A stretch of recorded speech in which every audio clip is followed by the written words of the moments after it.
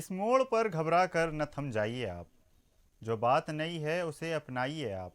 डरते हैं नई राह पर क्यों चलने से, हम आगे आगे चलते हैं, आइए आप। नमस्कार, स्वागत है आपका खबर भारत 360 में। मैं हूं आपके साथ ईसा अहमद। पूर्व वित्त मंत्री स्वर्गीय अरुण जेटली ने ये पंक्तियां बजट सत्र 2017 के दौरान सुनाई थीं। तब के भारत और आज के भारत में काफ़ी फ़र्क आ गया है, या ये कह लीजिए हर साल भारत बदलता जा रहा है। और इस बदलाव में ख़ास भूमिका निभाता है फरवरी का वो ख़ास दिन जिसका सभी को इंतज़ार होता है, यानी यूनियन बजट। केंद्रीय वित्त मंत्री निर्मला सीतारमण सरकार के अगले वित्तीय वर्ष 2023-24 के लिए बजट पेश करने वाली हैं। केंद्रीय बजट 2023-24 से देश में कई तरह के सेक्टर काफ़ी उम्मीदें लगा रहे हैं। वहीं एजुकेशन सेक्टर को बजट 2023-24 से खास उम्मीदें हैं। कोरोना महामारी के बाद ये पहला साल है जब स्कूल और कॉलेज में पढ़ाई के लिए स्टूडेंट ने जाना शुरू कर दिया है। आइए जानते हैं बजट के कुछ प्रमुख पहलुओं को। सबसे पहले शिक्षा की बात करें। आपको बता दें, शिक्षा पर सार्वजनिक निवेश में वृद्धि हुई है। बजट में शिक्षा आयोग 1964-66 ने सिफारिश की थी कि सफल घरेलू उत्पाद का कम से कम 6% शिक्षा पर खर्च किया जाना चाहिए, जिससे शैक्षणिक उपलब्धियों में वृद्धि की ओर ध्यान दिया जा सके, ध्यान देने योग्य दर बनाई जा सके। राष्ट्रीय शिक्षा नीति 2020 ने शिक्षा पर सार्वजनिक निवेश को सकल घरेलू उत्पाद का 6% करने पर जोर दिया जा रहा है। हालांकि भारत का शिक्षा बजट इस संख्या को अभी नहीं छू पाया है। ये अभी आवश्यक प्रतिशत के लगभग आधे के आसपास है। उम्मीदें हैं कि आगामी बजट युवा भारत को विकास के पथ पर ले जाने के लिए शिक्षा पर पर्याप्त सार्वजनिक निवेश कर सकता है। अब बात कर लेते हैं शैक्षणिक सेवाओं में जीएसटी कटौती की। केंद्र सरकार के लिए जीएसटी से अच्छा खासा राजस्व उत्पन्न होता है।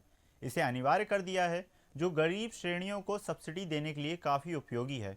उम्मीद है कि सरकार इस क्षेत्र के विकास को बढ़ावा देने में मदद करने के लिए शैक्षणिक सेवाओं पर जीएसटी को भारी रूप से कम करने का विचार बना रही है। इसे एक निर्धारित अवधि के लिए पूरी तरह से हटाया जा सकता है। इस बार बजट में शिक्षक को ट्रेनिंग के लिए बजट बनाया गया है। वित्त वर्ष 2021-22 में शिक्षक प्रशिक्षण और उच्च शिक्षा के लिए बजट आवंटन 250 करोड़ रुपए था, जो 2022-23 में घटकर 127 करोड़ रह गया। भले ही समग्र शिक्षा अभियान एसएसए ने 2022-23 में बजटीय आवंटन में 6000 करोड़ की वृद्धि देखी, फिर भी ये 2020-21 के आवंटन से कम था। उम्मीद है इस साल शिक्षण प्रशिक्षण और एसएसए को एनईपी 2020 के लिए अधिक बजट मिलेगा। अब बात कर लेते हैं डिजिटलाइजेशन की। आधुनिक भारत का जैसे सपना है डिजिटलाइजेशन। डिजिटल विश्वविद्यालय शिक्षा के तृतीय स्तर पर नामांकन बढ़ाने में मदद कर सकता है। इसमें कई भारतीय भाषाओं और आईसीटी प्रारूपों में शिक्षा प्रदान करके डिजिटल विश्वविद्यालय छात्र समुदाय को अत्यधिक लाभान्वित करेगा। उम्मीद है कि सरकार अपने पिछले साल के बजट 2022-23 में परिकल्पित डिजिटल विश्वविद्यालय के विचार को अमल में लाएगी। इस साल इस स्वप्न को पूरा किया जा सकेगा। इससे देश भर के छात्रों को व्यक्तिगत सीखने के अनुभव के साथ विश्व स्तरीय शिक्षा मिलेगी, जिनका लक्ष्य न्यूनतम लागत पर स्कूलों का डिजिटलीकरण करना होगा। अब बात कर लें यूनियन बजट 2023-24 की, तो 1 फरवरी को ये बजट आने वाला है, जिसे वित्त मंत्री निर्मला सीतारमण खुद पेश करेंगी। शिक्षा के क्षेत्र में बजट वृद्धि हो सकती है। युवाओं को खासी उम्मीद है इस बार इस बजट से।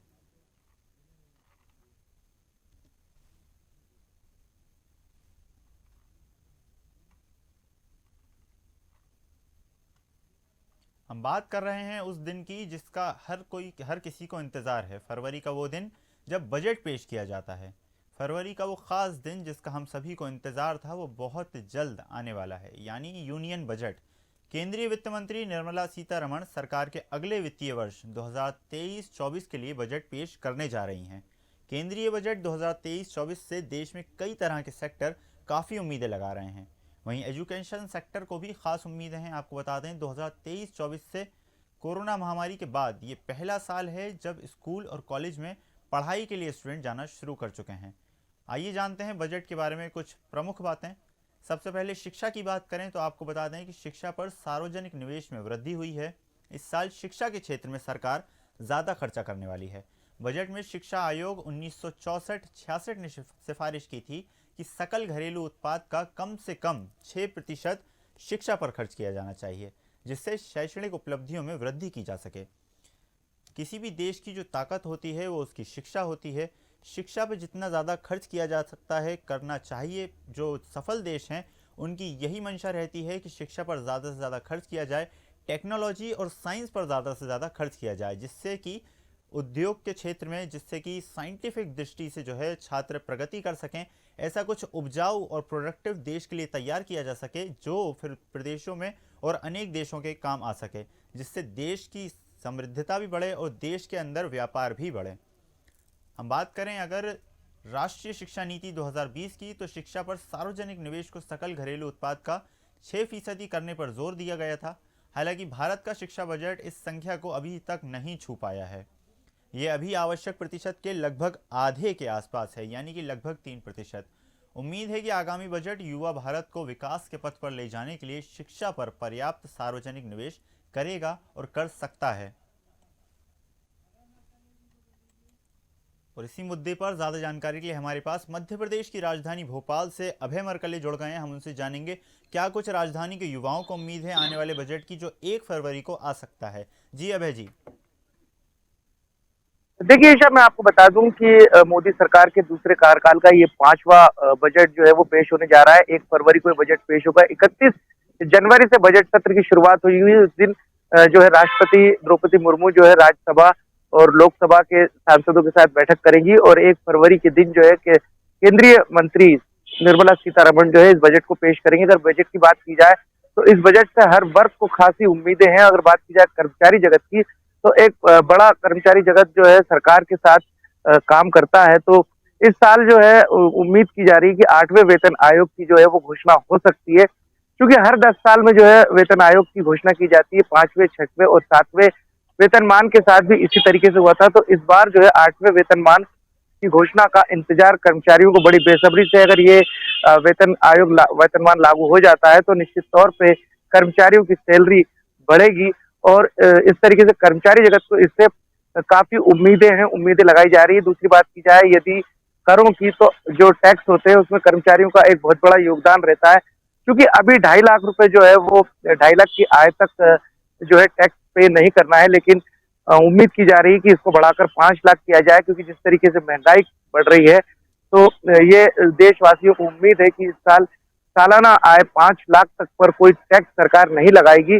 तो इस तरीके की उम्मीदें भी जो है लगातार की जा रही है। ईशा जी अभय जी, जैसा कि हम जानते हैं कि किसी भी देश के लिए ज़रूरी होता है उसका यूनियन बजट पे कि शिक्षा में कितना ज़्यादा निवेश करने वाला है कोई देश, कि शिक्षा के लिए कितना ज़्यादा बजट अलॉट किया गया है।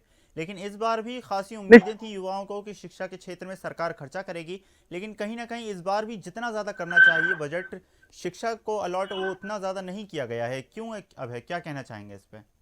निश्चित तौर पर शिक्षा नीति को लेकर लगातार चाहे वो केंद्र सरकार हो चाहे राज्य सरकार हो, लगातार चिंता कर रही है और सीएम राइज जैसे स्कूलों खोले जा रहे हैं। अगर हम दिल्ली की बात करें तो दिल्ली में भी अरविंद केजरीवाल ने इस दिशा में एक बड़ा कदम उठाया है। और अगर अब देश की बात की जाए तो चूंकि नरेंद्र मोदी सरकार जो है अपना बजट लेकर आ रही है, तो इसमें शिक्षा का विशेष तौर पर ध्यान रखा गया है। स्वास्थ्य को लेकर भी विशेष तौर पर ध्यान रखा गया है कि आने वाले सालों में जो है स्वास्थ्य पर सरकार जो कुल आय का है, कुल जीडीपी है, उसका 2.5 खर्च करने का अनुमान लगाया जा रहा है। तो इस तरीके से शिक्षा और स्वास्थ्य पर जो है केंद्र सरकार का मुद्दा रहेगा। वहीं आम जनता की बात की जाए तो आम जनता, हर जनता इससे प्रभावित होती है, चाहे वो होम लोन हो, चाहे एजुकेशन लोन हो, चाहे इनकम टैक्स हो या जीएसटी हो। ये तमाम जो रहते इसके कर में जो है किस तरीके से राहत दी जाती है, इस पर भी लगातार नजर बनी हुई है और लगातार इसकी चर्चाएं की जा रही है कि 1 फरवरी को जो बजट पेश होने वाला है उससे किस किस वर्ग को क्या क्या राहत मिलेगी। ईशा जी अभय जी, जैसा कि हम जानते हैं कि ये जो बजट है, इस बजट में कह लीजिए खास बात यह है कि ये बजट कोरोना काल के बाद लाया जा रहा है। अब देश और जब दुनिया में परिस्थितियां सामान्य हो गई हैं तब ये बजट लाया जा रहा है। पहले के बजट और इसमें ऐसे फ़र्क हम देख सकते हैं कि पहले छात्र स्कूल नहीं जा रहे थे, घरों में रहकर पढ़ाई कर रहे थे, होम स्टडी चल रही थी, लेकिन इस बार वो स्कूल जा चुके हैं, जाना शुरू कर चुके हैं। उसी तरह से आपने बात की स्वास्थ्य की, तो स्वास्थ्य में भी मैं समझता हूं कि इस बार भारत सरकार को ज़्यादा जो है बजट अलॉट करना चाहिए था। तो क्या कुछ स्थिति है बजट की स्वास्थ्य को लेकर? देखिए, जैसे आपने शिक्षा की बात की कि कोरोना काल में बच्चे स्कूल नहीं जा रहे थे, तो उस दौरान उनसे सिर्फ ट्यूशन फीस ली जा रही थी। लेकिन अब चूंकि बच्चे नियमित स्कूल जाने लगे हैं तो उनसे पूरी फीस वसूली जा रही है। तो कहीं ना कहीं अभिभावक भी ये चाहते हैं कि एक जी अभय शिक्षा जी, नीति के तहत जो है अभय जी आपको रोकना चाहूंगा। हमारे अभिभावक। साथ सचिन श्रीवास्तव जुड़ गए हैं छत्तीसगढ़ से। हम उनसे जानेंगे किस प्रकार से छत्तीसगढ़ में जो है बजट मांगे गए, क्या कुछ अब जल्द ही जो है छत्तीसगढ़ सरकार भी खुद का जो स्टेट बजट होता है वो लाने वाली है। तो केंद्र के बजट से क्या कुछ उम्मीदें हैं छत्तीसगढ़ सरकार को? जी सचिन जी। देखिए, सबसे पहले मैं बताना चाहूँगा कि देखिए कोरोना के बाद से पहला बजट आ रहा है ये, और पहला बजट है, तो इसमें कई लोगों की बहुत उम्मीद है, क्योंकि ये बजट सामान्य लोगों को कैसे प्रभावित करेगी या नहीं करेगी, वो बजट आने के बाद पता चलेगा। मगर कोरोना समय में जिस तरीके से महँगाई बढ़ी है, बेरोज़गारी बढ़ी है, इन सारी चीज़ों पे सरकार का ज़्यादा से ज़्यादा देखने को रहेगा कि बजट में इन चीजों पे अपन कैसे परिवर्तन कर सकते हैं। जैसे हम घरेलू पदार्थ की अगर बात करें, तो घरेलू पदार्थ में तेल तेल घी और नमक, अलग अलग जो पदार्थ हैं, दाल, इन सब के रेट अचानक से बढ़ गए थे। तो सरकार कोशिश करेगी कहीं ना कहीं कि इस पे भी थोड़ा सा बजट को बैलेंस किया जाए, क्योंकि जिस तरीके से कोरोना समय में बेरोजगारी आई थी, और बेरोजगारी के बाद लगातार स्थिति बिगड़ते बिगड़ते हुए नजर आई थी, तो उन चीजों को बैलेंस किया जाए, क्योंकि आने वाले समय में चुनाव भी है, तो इन चीजों को ज्यादा से ज्यादा ध्यान दिया जाएगा, क्योंकि एक तरीके से चुनाव भी है, दूसरी तरफ सरकार अपने आप को भी बैलेंस करना चाहती है, क्योंकि महंगाई को लेके देश भर में अलग अलग जगह पे कभी गैस सिलेंडर को लेके, कभी पेट्रोल को लेके अलग अलग जगह पे स्ट्राइक भी होते हुए आया है। तो इन सारी चीजों को देखते हुए सरकार कहीं ना कहीं आम जनता की पर ज्यादा प्रभाव ना पड़े, इस पे ध्यान देगी। अगर दूसरी बात करूं एजुकेशन की मैं, तो एजुकेशन में भी इन चीजों पे फर्क पड़ा है, क्योंकि लगातार जो बच्चे स्कूल घर पे ही ऑनलाइन पढ़ाई कर रहे थे, उसके बाद स्कूल जाना शुरू किए हैं, तो स्कूल में जो जिस तरीके से पढ़ाई स्कूलों में होती है, उस तरीके से घर पे नहीं हो पाती है। तो उन चीजों पे भी भारत सरकार इस पे बजट बढ़ाएगी कि स्कूलों में जैसे डिजिटलाइजेशन पे भी स्कूलों में भी फर्क डाला जाए। इसके अलावा स्वास्थ्य की मैं बात करूं, तो स्वास्थ्य में भी सबसे बड़ी बात ये होगी कि कोरोना वक्त में जो सिचुएशन थे पूरे देश भर में, उन चीजों को देखते हुए कि स्वास्थ्य को सबसे ज्यादा देश को सबसे ज्यादा स्वास्थ्य को लेके झेलना पड़ा है, कि और उंगली उठी हुई है देश के ऊपर, सरकार के ऊपर भी उंगली उठी। तो इस सारी चीजों को देखते हुए सरकार कोशिश करेगी कि स्वास्थ्य विभाग को कैसे दुरुस्त किया जाए और उसको बेटर किया जाए, और उसमें कितना वित्त डालेंगे, क्या होगा, ये तो बजट आने के बाद ही पता चलेगा। जी जी सचिन जी, जैसा कि हम जानते हैं अभी राजधानी भोपाल से भी संवाददाता अभय मरकले हमसे लगातार बने हुए हैं, और उनसे भी इसी चर्चा को बढ़ाते हुए मैं आप तक लेके आना चाहूँगा कि जिस तरह से हम जानते हैं ये बजट कोई आम बजट नहीं है, कह लीजिए कोरोना के बाद बजट लाया जा रहा है। तो उस प्रकार से सरकार की रणनीति है। अब दो चीज़ें बदल गई हैं, यानी कि पहले छात्र स्कूल नहीं जा रहे थे, घर पे रहकर पढ़ाई कर रहे थे, अब वो छात्र स्कूल जा रहे हैं, जिसको मद्देनजर रखते हुए सरकार ने शिक्षा पर बजट ज़्यादा अलॉट करने की कोशिश की है पूरी। लेकिन साथ ही साथ कोरोना महामारी से देश और दुनिया अभी ऊपर निकल कर आई है। तो क्या कुछ लगता है आपको बजट में जो है स्वास्थ्य को लेकर खास तौर से इस बार वृद्धि की जानी चाहिए, और क्या कुछ अलॉटमेंट की जानी चाहिए थी? देखिए, एजुकेशन पे सबसे पहले जो सरकार है इन चीजों पे सबसे ज्यादा ध्यान देगी कि जो डिजिटलाइजेशन है, जो बच्चों को एजुकेशन दिया जा रहा है, क्योंकि घर पे बैठ के जिस तरीके से बच्चे पढ़ाई कर रहे थे, और उसके बाद स्कूल में आके क्योंकि देखिए सबसे बड़ी बात इसमें हुई है कि बहुत सारे बच्चे स्कूल जाना छोड़ दिए। जिन बच्चों के पास मोबाइल और बाकी खर्चों के लिए पैसे नहीं थे, उनकी एजुकेशन छूट गई। तो उनको दोबारा एजुकेशन में खींचना है भारत सरकार को, कि देश उन युवाओं को पढ़ा सके जो पढ़ाई छोड़ दिए हैं कोरोना वक्त पे, क्योंकि कोरोना वक्त ऐसा था कि लोगों के पास खाने के लिए भी पैसे नहीं थे। तो एजुकेशन एक दूसरा मुद्दा हो जाता है कि उसको हम कैसे इन चीजों में ढालें। तो इन चीजों के लिए स्कूलों में और शिक्षकों में कुछ कुछ परिवर्तन किए जाएंगे कि जो एजुकेशन में जो बजट आएगा उसको ज्यादा से ज्यादा रखने की कोशिश करेगी सरकार, क्योंकि उन सारे बच्चों जी को सचिन जी, बने जो रहिएगा हमारे साथ, पढ़ाई छोड़ चर्चा चुके बहुत हैं। सार्थक हो रही है, जी। ऐसे ही मैं आपसे जानकारी लेता रहूंगा, बने रहिएगा हमारे साथ। लेकिन अब रुख करते हैं उत्तर प्रदेश की तरफ। उत्तर प्रदेश से संवाददाता राहुल तिवारी हमसे जुड़ गए हैं, हम उनसे जानेंगे क्या कुछ उम्मीदें हैं इस देश के सबसे बड़े प्रदेश से, प्रदेश को इस यूनियन बजट से। क्या कुछ जो देश का बजट है उसका एक बहुत बड़ा हिस्सा मैं समझता हूँ निश्चित तौर पर आबादी के हिसाब से देखा जाए तो उत्तर प्रदेश को ही सबसे ज़्यादा चिंता होनी चाहिए कि बजट में क्या कुछ सुविधाएं मिलने वाली हैं, किस प्रकार से शिक्षा पर और स्वास्थ्य पर बजट की नज़र रहेगी। क्या कुछ कहना चाहेंगे राहुल जी?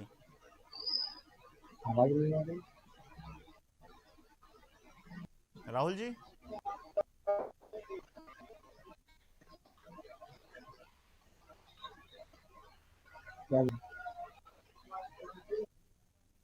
संपर्क नहीं हो पा रहा राहुल जी से किसी कारण। तो हम बात कर रहे थे किस प्रकार से सरकार ने शिक्षा को और बेरोजगारी को मद्देनजर रखते हुए इस बजट में खास प्रावधान किए हैं।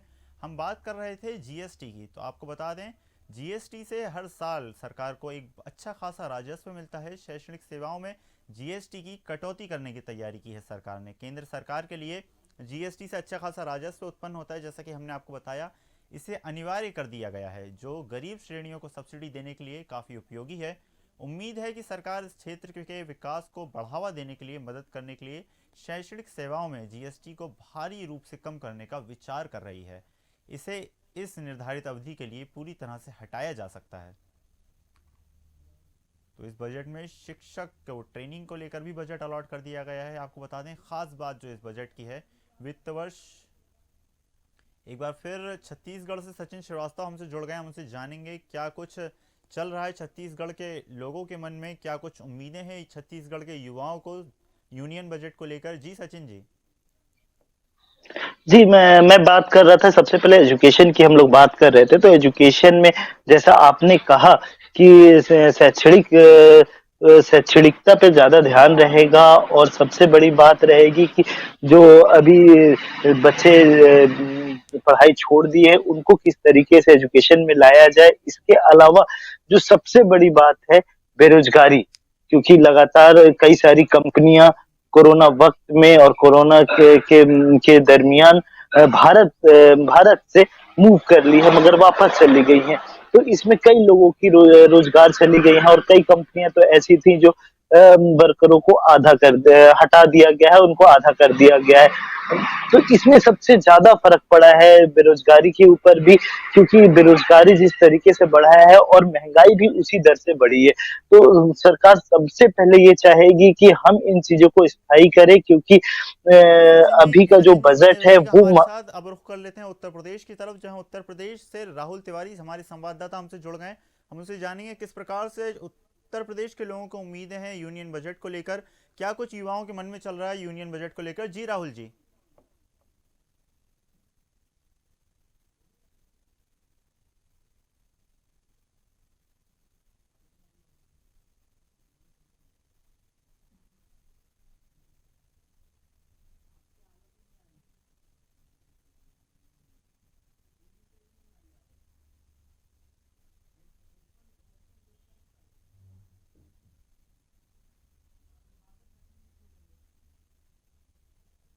हम बात कर रहे थे यूनियन बजट की, जिससे हर वर्ग को उम्मीदें हैं। हम बात कर रहे थे युवाओं की, छात्र छात्राओं की, साथ ही इस देश के बेरोजगारों की। बेरोजगारों को भी उम्मीद है कि किसी तरह से ऐसे प्रावधान किए जाएंगे जिससे सब्सिडी मिले या फिर युवाओं को रोजगार करने में आसानी हो सके। तो एक बार फिर रुख करेंगे छत्तीसगढ़ में हमारे संवाददाता सचिन श्रीवास्तव की तरफ, उनसे जानेंगे। हम उनसे जानेंगे सचिन जी, एक बार देखिए फिर मैं आपकी तरफ रुख करके आया हूं। मैं आपसे जानना चाहूंगा कि स्वास्थ्य सेवाओं के बारे में चर्चा जहां हमने छोड़ी थी वहीं से दोबारा शुरू करते हैं कि सरकार को स्वास्थ्य सेवाओं के ऊपर खासा ध्यान देना चाहिए था। जो नेशनल लेवल की स्वास्थ्य सेवाएं हैं वो हर एक प्रदेश में मुहैया की जा सकें। छत्तीसगढ़ लगातार विकास के पथ पर है, हम जानते हैं। ऐसा माना जा रहा है कि छत्तीसगढ़ लगातार नई ऊंचाइयों को हासिल कर रहा है। तो क्या केंद्र के बजट में जिस तरह से स्वास्थ्य सेवाओं पर बजट अलॉट किया जाएगा उसको मद्देनजर रखते हुए आपको क्या लगता है छत्तीसगढ़ में क्या बेहतरी हो सकती है? देखिए, सबसे पहले मैं स्वास्थ्य विभाग स्वास्थ्य में बात करूं तो जिस तरीके से स्वास्थ्य में अभी रिसेंटली अलग अलग राज्य सरकार ने कार्रवाई की, इसके बाद ये एक बजट है जो केंद्र से जो महत्वपूर्ण बजट है, इसके बाद राज्य का भी बजट आना बचा हुआ है। मतलब लगभग लगभग सारे बजट आने वाले हैं, चाहे केंद्र के हों चाहे राज्य के हों। तो जिस तरीके से अभी स्वास्थ्य की बात करें तो हॉस्पिटल गवर्नमेंट हॉस्पिटलों में बेड बढ़ाया गया है और कई कई इक्विपमेंट बढ़ाए गए हैं, जिससे और डॉक्टरों की संख्या भी बढ़ाई गई है और नर्सों की भी संख्या बढ़ाई गई है। तो कहीं ना कहीं और भी इसको मजबूत करने के लिए केंद्र सरकार भी इस पे फोकस करेगी। इसके अलावा जो महत्वपूर्ण बात है, जो सामान्य आदमी जो घरेलू पदार्थ खरीदते हैं और इनकी मैं बात करूंगा तो इनके इनके जीवन यापन पे बहुत फर्क पड़ा था कोरोना समय के बाद में। तो इनके जो घरेलू सामान है, चाहे आप किचन के सामान ले लीजिए, चावल तेल मसाला सारी चीजों पे कहीं ना कहीं महंगाई देखने को मिली है, क्योंकि जो जो तेल पहले 100 रुपए लीटर मिलता था रिफाइंड ऑयल, वो आज 200 रुपए लीटर है। तो कहीं ना कहीं उसका दुगना दाम सामान लोग दे रहे हैं। तो और मगर उनकी इनकम नहीं बढ़ी है, तो इस पे सबसे ज्यादा फोकस रहेगा, क्योंकि सामान्य लोगों को कैसे राहत दिया जाए कि मध्य वर्गीय और निचले वर्ग को किस तरीके से राहत, और जो दर बढ़नी चाहिए वो मेरे ख्याल से सरकार उन चीजों पे ध्यान देगी, जैसे इलेक्ट्रॉनिक सामान हो गए और मनोरंजन के साधन हो गए, व्हीकल्स हो गए। तो अलग अलग चीजों पे महंगाई इस पे बढ़ा सकती है, टैक्स बढ़ा सकते हैं इस पे, क्योंकि जो ये रोज रोज यूज करने वाला सामान नहीं है, जिससे आदमी को ज्यादा फर्क पड़ेगा। तो कहीं ना कहीं सामान्य लोगों के लिए, मध्यवर्गीय लोगों के लिए और निचले वर्गों के लिए सरकार सारी चीजों पे ध्यान देगी, चाहे एजुकेशन हो, चाहे सामान्य खाने पीने का सामान जी पदार्थ हो। इसके सचिन जी बने अलावा रहिएगा हमारे साथ। एक बार फिर रुख करते हैं राजधानी भोपाल से, हमारे साथ संवाददाता अभय मरकले जुड़े हुए हैं। हम उनसे जानेंगे जिस तरह से लगातार जो विधानसभा चुनाव होने वाले हैं उसको मद्देनजर रखते हुए आरोप प्रत्यारोप के दौर भी जारी हैं मध्य प्रदेश में, और कई बार विपक्ष ये आरोप लगा चुका है कि मध्य प्रदेश में बेरोजगारी बढ़ी है, लगातार बेरोजगारी से युवा पीड़ित है। तो क्या कुछ लगता है अभय जी आपको, जो ये यूनियन बजट आने वाला है इससे युवाओं को कितनी उम्मीदें हैं और मध्य प्रदेश में किस प्रकार से बेरोजगारी कम हो सकती है? जी अभय जी। देखिए ईशा, ये बजट अपने आप में इसलिए महत्वपूर्ण है क्योंकि कोरोना काल के बाद ये बजट पेश हो रहा है और आने वाले समय में लोकसभा के चुनाव भी हैं और इस साल 2023 में कई राज्यों में चुनाव होने हैं। तो इस बात को ध्यान में रखकर सरकार इस बजट को पेश करेगी। महंगाई को नियंत्रित किया जाए, बेरोजगारी जो समस्या को दूर किया जाए, शिक्षा और स्वास्थ्य पूरा पूरा ध्यान दिया जाए। इसके अतिरिक्त जो आम जन की उपयोग की डेली उपयोग की चीजें हैं उन पर भी नियंत्रण रहे, चीजें काफी महंगी ना हो। जिस तरीके से हम बात करेंगे, रसोई गैस हो या पेट्रोल डीजल हो, इसके दाम लगातार बढ़ रहे हैं। तो सरकार का ये प्रयास रहेगा कि इन चीजों को नियंत्रित रखा जाए, ताकि कि आने वाले समय में जो राज्यों में चुनाव होने वाले हैं और फिर उसके बाद अगले साल लोकसभा के चुनाव होने वाले हैं, तो इसका फर्क नहीं हो। तो कुल मिला के इसको चुनावी बजट भी कहा जा सकता है। तो निश्चित तौर पे जो वर्ग इससे आशाएं रख रहा है, जो वर्ग इससे उम्मीदें रख रहा है, उन पर खरा उतरने की पूरी कोशिश की जाएगी। लेकिन अब इसका मूलतः किस पर असर देखने को मिलेगा, ये तो बजट आने के बाद पता चलेगा। लेकिन तमाम जो मुद्दे हैं वो इसी को लेकर फोकस किए गए हैं कि इस बार के बजट जी को इस अभय तरीके जी से प्रस्तुत बहुत किया बहुत जाए धन्यवाद आपका कि ज़्यादा जानकारी के लिए, और जिस तरह से आपने हमें बताया कि राजधानी में किस प्रकार से युवाओं के मन में क्या चल रहा है। वैसे ही छत्तीसगढ़ से हमसे सचिन श्रीवास्तव जुड़े, उन्होंने हमें बताया कि छत्तीसगढ़ में किस प्रकार से स्वास्थ्य सेवाओं की ज़रूरत है। साथ ही राहुल तिवारी जी उत्तर प्रदेश से हमसे जुड़े, जिन्होंने बताया किस प्रकार से युवाओं की और बुजुर्गों की मंशा है उत्तर प्रदेश में। इस पेशकश में बस इतना ही, मुझे दीजिए इजाज़त। देखते रहिए खबर भारत 360। नमस्कार।